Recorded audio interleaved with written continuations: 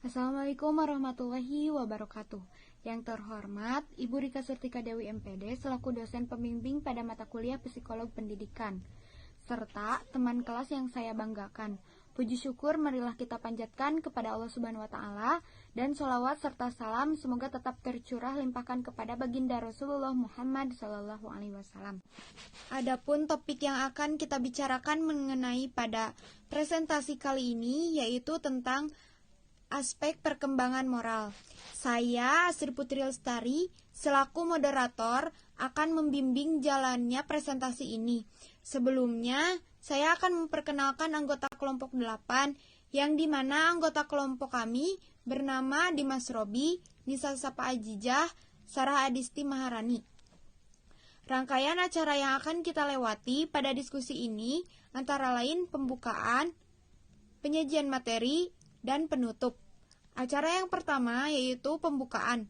Marilah kita mengucapkan basmalah bersama-sama. Bismillahirrohmanirrohim. Kita masuki acara selanjutnya yaitu penyajian materi. Materi pertama akan dibawakan oleh saya sendiri. Pengertian moral. Kata moral berasal dari bahasa Latin, mos, jamak mores, yang berarti kebiasaan, adat, bertens. 1993. Moral merupakan suatu standar salah atau benar bagi seseorang. Rogers dan Baron dalam Martini 1995. Byrne 1997 mengemukakan bahwa moralitas mencakup mematuhi aturan sosial dalam kehidupan sehari-hari, dan conscience atau aturan personal seseorang untuk berinteraksi dengan orang lain.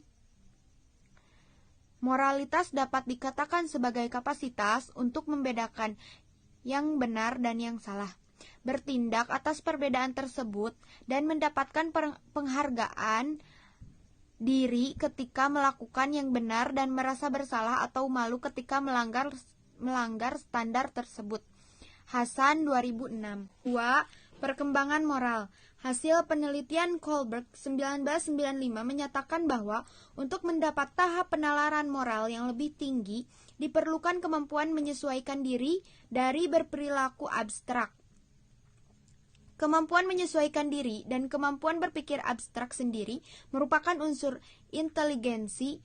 Dengan demikian, untuk membuat keputusan-keputusan moral, seseorang harus memikirkan konsekuensi atau akibat-akibat dari keputusan tersebut, baik bagi dirinya sendiri maupun bagi orang lain.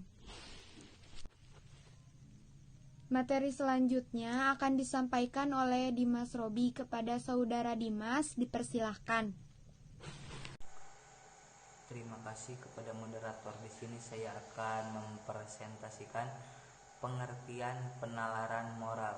Penalaran moral menurut Kohlberg tahun 1995 terkait dengan jawaban dari pertanyaan mengapa dan bagaimana seseorang sampai pada keputusan bahwa sesuatu dianggap baik atau buruk atau benar atau salah. Kemampuan penalaran merupakan kemampuan yang dimiliki oleh seseorang untuk memakai cara berpikir tertentu yang dapat menerangkan apa yang telah dipilihnya, mengapa melakukan ataupun tidak melakukan suatu tindakan.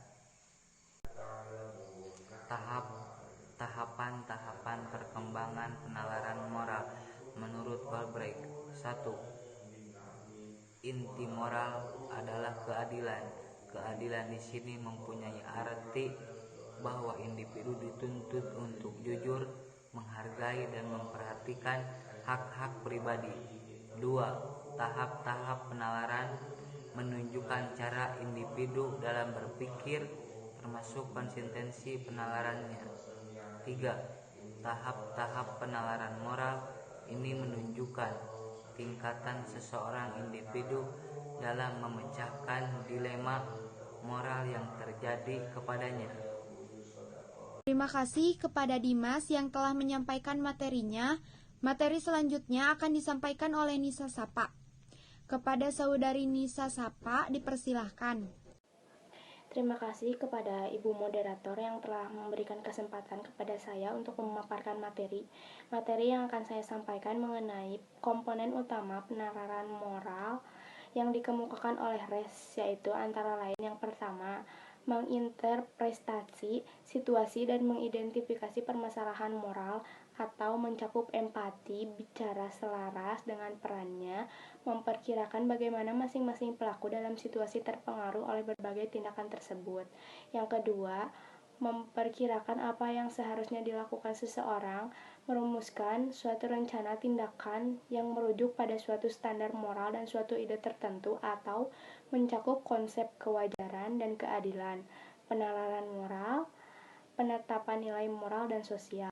Yang ketiga, mengevaluasi berbagai peningkatan tindakan yang berkaitan dengan bagaimana cara orang memberikan penilaian moral atau bertentangan dengan moral, serta memutuskan apa yang secara aktual akan dilakukan oleh seseorang, mencakup proses pengambilan keputusan, model integrasi nilai, dan pelaku mempertahankan diri. Yang keempat, melaksanakan serta mengimplementasikan rencana tindakan yang berbobot moral, mencakup ego strength dan proses pengaturan diri. Selanjutnya, materi mengenai faktor-faktor yang mempengaruhi penalaran moral. Yang pertama, perkembangan pengambilan peran. Perkembangan penalaran moral meningkat ketika seseorang terlibat dalam situasi yang memungkinkan seseorang mengambil perspektif sosial, seperti situasi di mana seseorang sulit untuk menerima ide, perasaan, opini, keinginan, kebutuhan, hak, kewajiban, nilai, dan standar dari orang lain. Yang kedua, situasi perkembangan moral. Setiap lingkungan sosial dikarakteristikkan sebagai hak dan kewajiban yang fundamental yang didistribusikan dan melibatkan keputusan. Yang ketiga, konflik moral kognitif. Konflik moral kognitif merupakan pertentangan penalaran moral seseorang dengan penalaran orang lain. Dalam beberapa studi, subjek bertentangan dengan orang lain yang mempunyai penalaran moral lebih tinggi maupun lebih rendah. Anak yang mengalami pertentangan dengan orang lain yang memiliki penalaran moral lebih tinggi menunjukkan terhadap perkembangan moral yang lebih tinggi daripada anak yang berkonfrontasi dengan orang lain yang memiliki tahap penalaran moral yang sama dengannya. Dalam Janssens pada tahun 1992. Terima kasih, saya kembalikan lagi kepada moderator. Terima kasih kepada Nisa Sapa yang telah menyampaikan materinya, dan materi selanjutnya akan disampaikan oleh Sarah Adisti Maharani. Kepada saudari Sarah dipersilahkan. Terima kasih kepada moderator. Di sini saya akan menjelaskan tentang transisi perkembangan dalam tahap-tahap pertimbangan moral. Sejalan dengan pandangan Piaget tentang perkembangan kognitif, Corbett menyatakan bahwa perkembangan pertimbangan moral yang melalui beberapa tahapan tersebut terjadi secara gradual. Transisi antara satu tahapan ke tahapan lain tidak terjadi dengan mendadak. Bisa dibilang bahwa konsep tahapan yang diajukan oleh Corbett tersebut dilakukan dalam langkah penyederhanaan saja, agar lebih mudah untuk menghadapi pola perkembangan pertimbangan moral. Kritik terhadap teori perkembangan Corbett. Teori Corbett yang provokatif ini juga mendapat pertentangan Turiel 1998. Salah satunya, kritik yang kuat diarahkan pada ide bahwa pemikiran moral tidak selalu memprediksi perilaku moral. Kritik itu menyatakan bahwa teori Corbett terlalu banyak menekankan pada pemikiran moral dan tidak perilaku moral. Alasan moral terkadang dapat menjadi dalih untuk perilaku yang tidak bermoral. Terima kasih kepada Sarah yang telah menyampaikan materinya. Tidak terasa kita sudah di penghujung acara. Demikian presentasi dari kelompok kami. Mari kita mengucapkan hamdalah bersama-sama. Alhamdulillahirabbil alamin. Saya sebagai moderator memohon maaf bila banyak kekurangan. Wassalamualaikum warahmatullahi wabarakatuh.